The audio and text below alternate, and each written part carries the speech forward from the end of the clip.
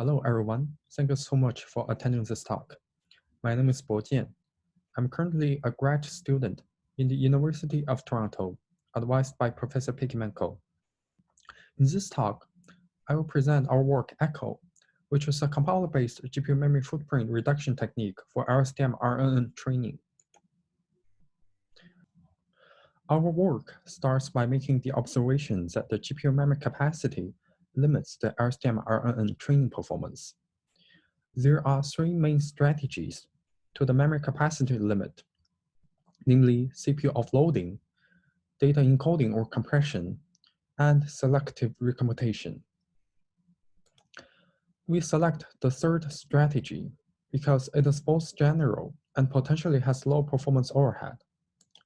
However, our evaluation shows that prior works on recomputation fails to deliver satisfactory memory footprint reduction. The reason is because there are two key challenges that significantly limit prior works.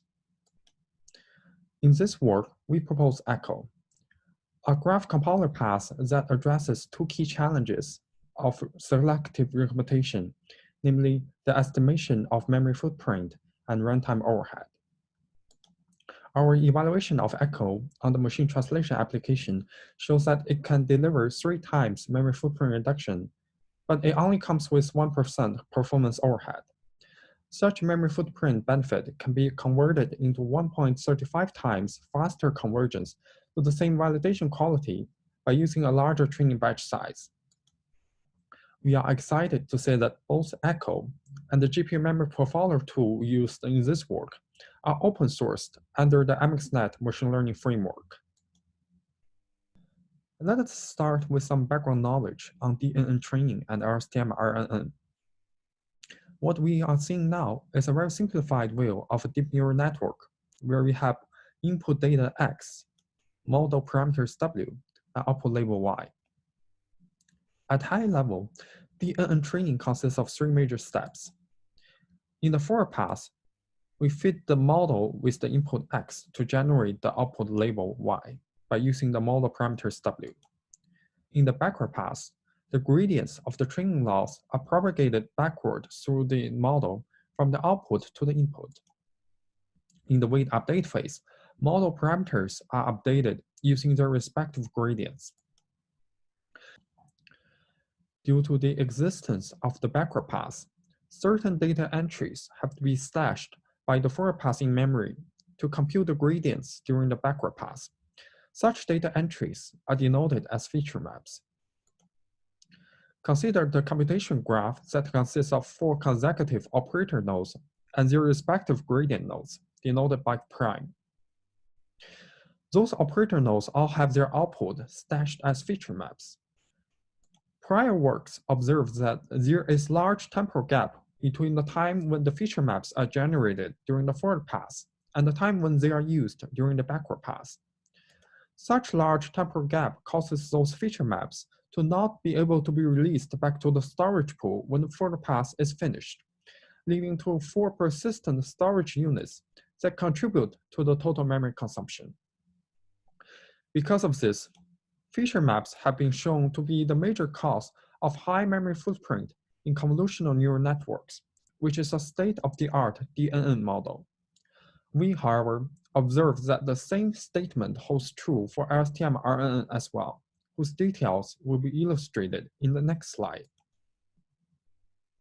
The LSTM RNN, which stands for the long short-term memory recurrent neural network, is a model that has been heavily used in sequence analysis tasks, such as machine translation or speech recognition. Its training, however, is less efficient on the GPU, especially when compared with CNN.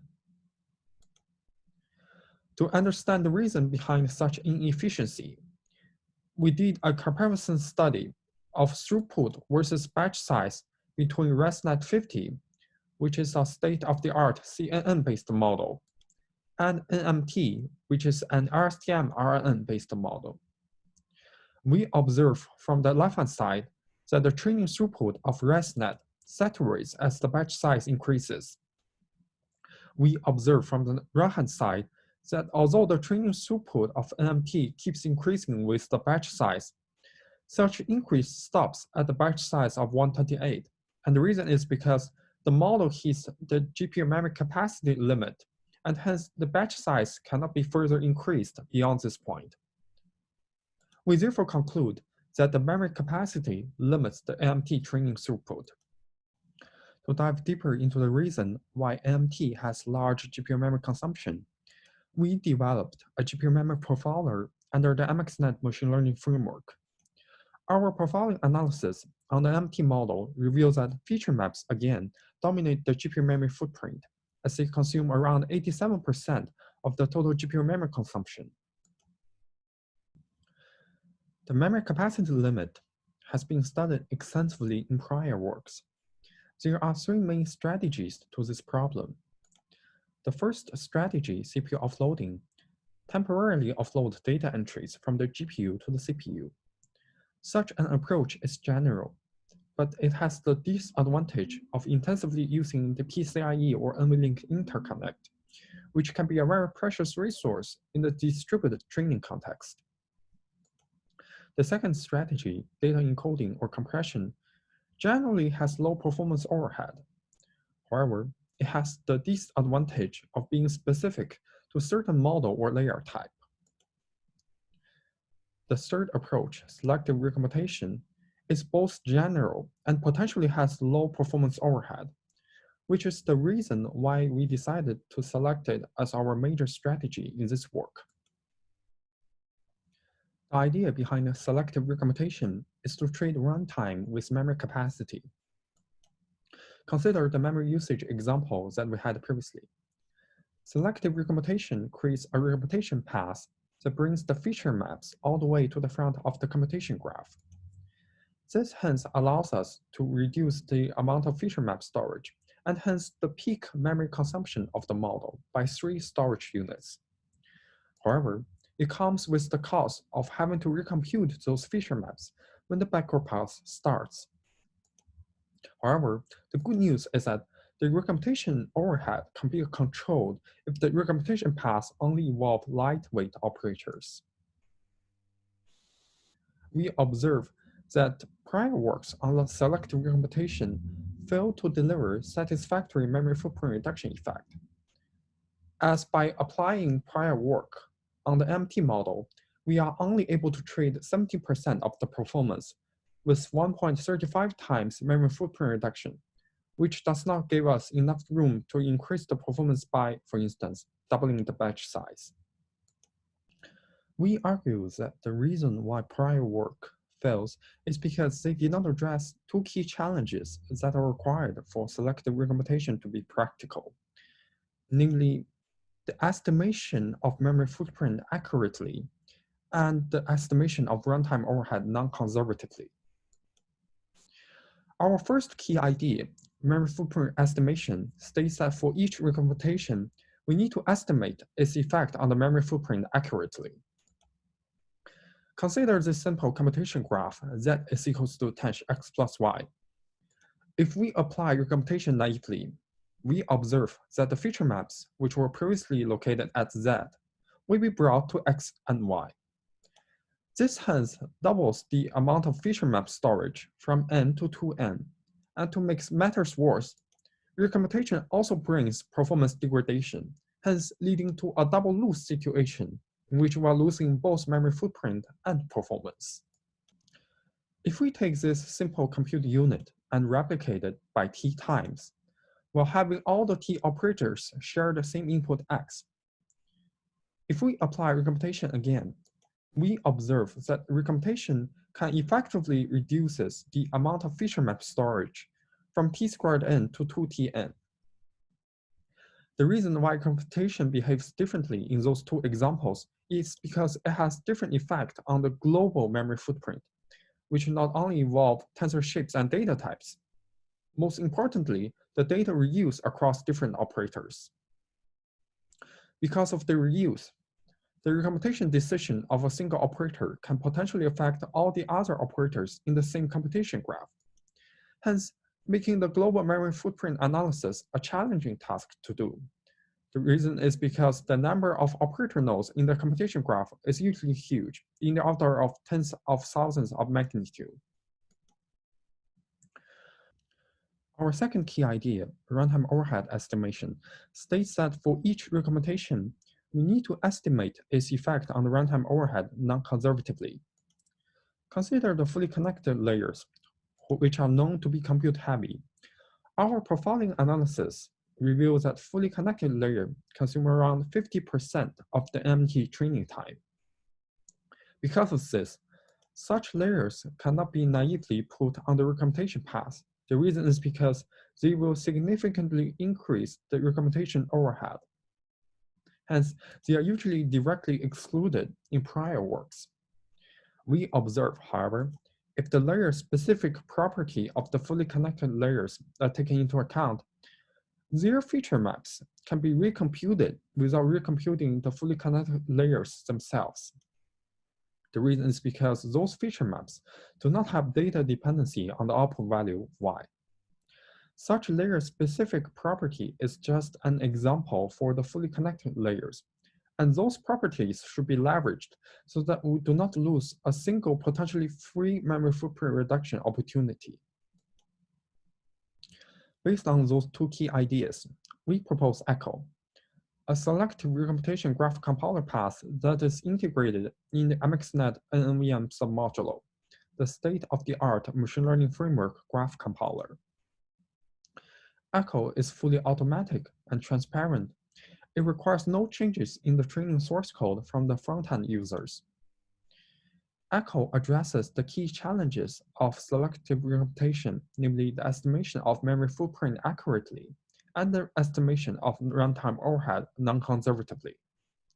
It addresses the first challenge by using a bidirectional data flow analysis, which details we'll illustrate in later slides, and the second challenge by using layer-specific optimizations, which we have described in the previous slide. The bidirectional data flow analysis of ECHO works as follows. ECHO starts by traversing backward from the output of the computation graph until it hits compute-heavy layers. It then partitions the graph and constructs a recomputation path for all the nodes it has visited so far. After the backward pass, ECHO then does a forward pass that tries to remove operator nodes from the recomputation path if, after the removal, the size of the new feature maps is smaller or equal to that of the old ones. As an example, let us consider the removal of the plus operator node from the recomputation path. Because the size of the new feature maps after the removal is n, which is smaller than the original size, 2n. Hence, the removal of plus is successful. The same idea also applies to the removal of the tanh operator node. We argue that such an approach is both practical and accurate. The reason why it is practical is because the backward pass partitions the large computation graph into small subgraphs. The reason why it is accurate is because we observe that the recomputation path in this example gets reduced to none.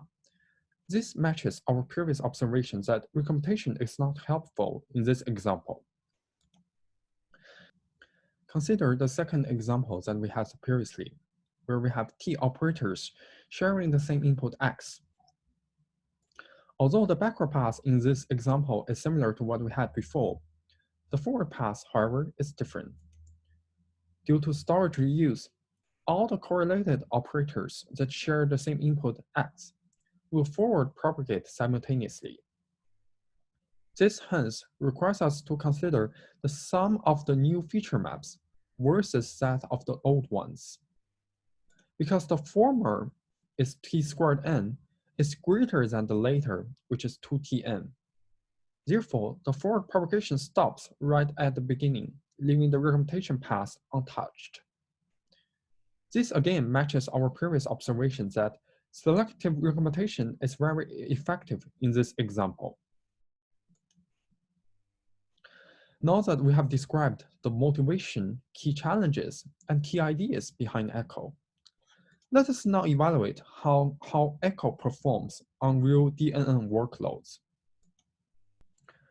We use Sokai as our benchmark, which is a state-of-the-art neural machine translation toolkit developed under the MXNet machine learning framework. We trained the toolkit on the English Vietnamese small dataset and on the English German large dataset.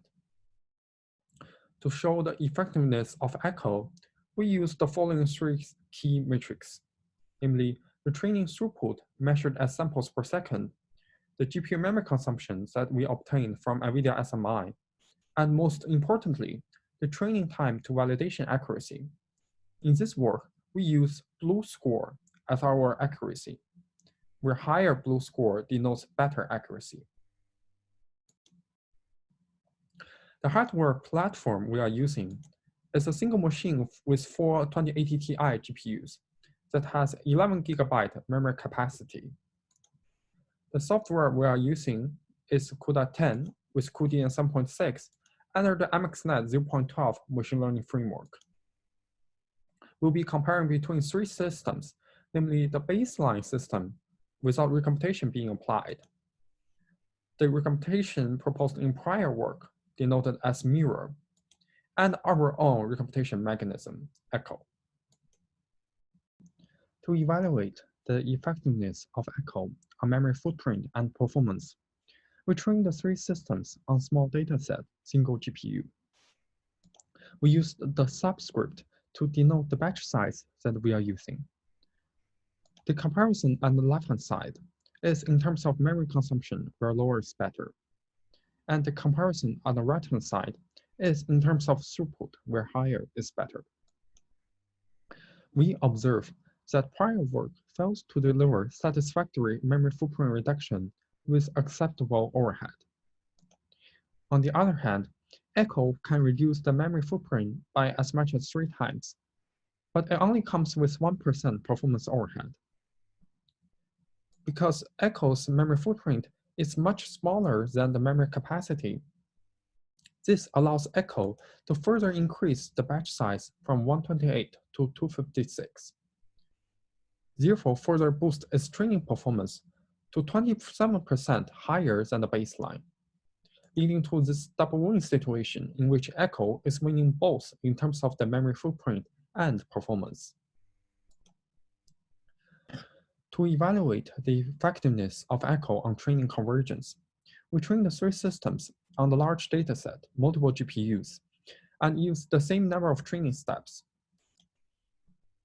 We observe that after roughly 70,000 number of training steps, the baseline with 4 GPUs and a batch size of 64 roughly reaches a validation blue score of 28. Although prior work can achieve the same validation blue score by using only 2 GPUs, it is slightly slower when compared to the baseline. On the other hand, Echo also achieves the same validation blue score after the same number of training steps, but it only requires 1 GPU to train that large batch size. And to make things more exciting, it can further double the batch size from 64 to 128, and therefore it can converge 1.35 times faster than the baseline. We have more results in the paper that evaluate the memory footprint reduction of Echo on other state-of-the-art deep learning models, such as Deep Speech 2, Transformer, and ResNet. We also show that there are other side benefits from memory footprint reduction other than faster training convergence. For instance, the energy consumption on the GPUs can be saved by as much as 1.35 times, and the maximum number of layers with the same GPU memory budget can be increased by as much as 2 times. In this work, we start by making the observation that the GPU memory capacity limits the LSTM RNN training performance. We select recomputation as our major strategy. We propose Echo, a graph compiler path that addresses 2 key challenges of selective recomputation, namely the estimation of memory footprint and runtime overhead. Our evaluation of Echo on the machine translation application shows that Echo can deliver 3 times memory footprint reduction, but it only comes with 1% performance overhead. Such memory footprint benefits can be converted into 1.35 times faster convergence to the same validation quality by using a larger training batch size. Again, we would like to emphasize that both Echo and the GPU memory profiler tool we used in this work are open sourced under the MXNet machine learning framework. We hope that Echo can become a platform for efficient system design for key machine learning application. Thank you so much, everyone.